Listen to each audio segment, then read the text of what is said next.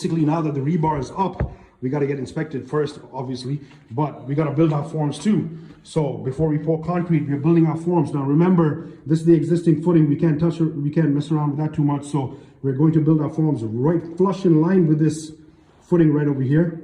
Okay, so it's not going to be a bench, it's going to be right in flush in line with the existing footing. And the question is, how do we pour concrete? Because now you've closed up the gap. Great question, guys, great question. We're actually going to chip a hole in this existing footing to allow our cement chute to go down in there and our vibrator machine to go down in there once we pour, all right? But then you're gonna get a flush wall basically at the end of it, and you're going to extend this particular basement from, what is it, 610 or something, 6'8", 610, right down to basically another 3 feet. You know, at the end of the day, we're gonna get a finished ceiling, floor to ceiling height of 8 feet, which is crazy. Okay, so next steps, we're going to actually, so we've done all the rebar in all the section ones, you can see it over there. We got to get that inspected, but at the same time, we're going to actually put in a couple of forms. So we're going to build a couple of forms, so when the inspector comes to inspect this, then he can actually inspect the forms as well and give us his blessing and say, okay, go ahead, now pour concrete, right? So at one point, we're going to pour the concrete in all the number ones after inspection, and then we take that forms out once it sets, obviously, and then we're going to hit the section number 2. Okay, and repeat, rinse and repeat. Okay, rinse and repeat section number 2 before we hit section number 3. All right, that's what it is, guys. That's the process of underpinning. Follow the story to find out more. But let me tell you, when you get a quote from your contractor saying that it's, you know, $50,000, $60,000, $70,000, all right, listen, there's a lot of work involved in this process, and there's a lot of manual labor. Okay, a lot of manual labor. You've seen the previous videos. If you haven't, hit up my YouTube channel, check out the previous videos in this series about underpinning process.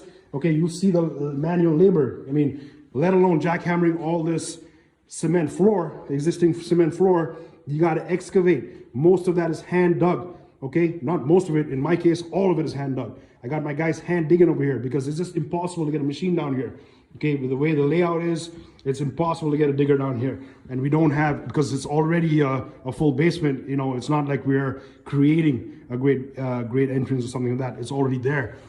Impossible to get a machine out here. It was impossible for us to get a conveyor belt to move the dirt out once we excavated, right? We had basically 3 bins worth of dirt getting out of here once we excavated, and that's only once. That's only once, all right? We got to do 2s and 3s. All that had to be manually taken out by buckets up these stairs. You can see all the what's it called, the marks made by the sweepers and, you know, all that stuff, right? And the rakes that they use.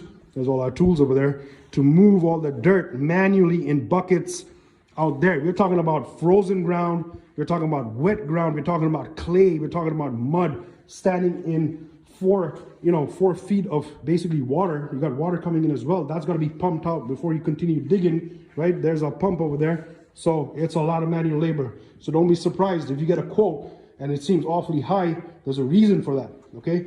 But at the end of the day, is it worth it? That's the question you got to ask yourself. Is it worth it? Listen, I'm a landlord, I'm an investor, and I always think of my tenant first. If I'm a tenant coming down here and I got 8-foot finished ceilings with big, bright-ass windows, it's not going to feel like a basement to me.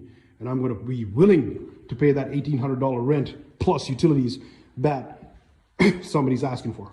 Okay? Follow this series till its conclusion so you can watch and find out how we complete this project. And yeah, if you have any questions, you know who to ask. Hit me up on Real Estate Investor Sav, DM me, Facebook, Instagram, YouTube. Send me an email, and we'll get out to your project and answer your questions. Good luck.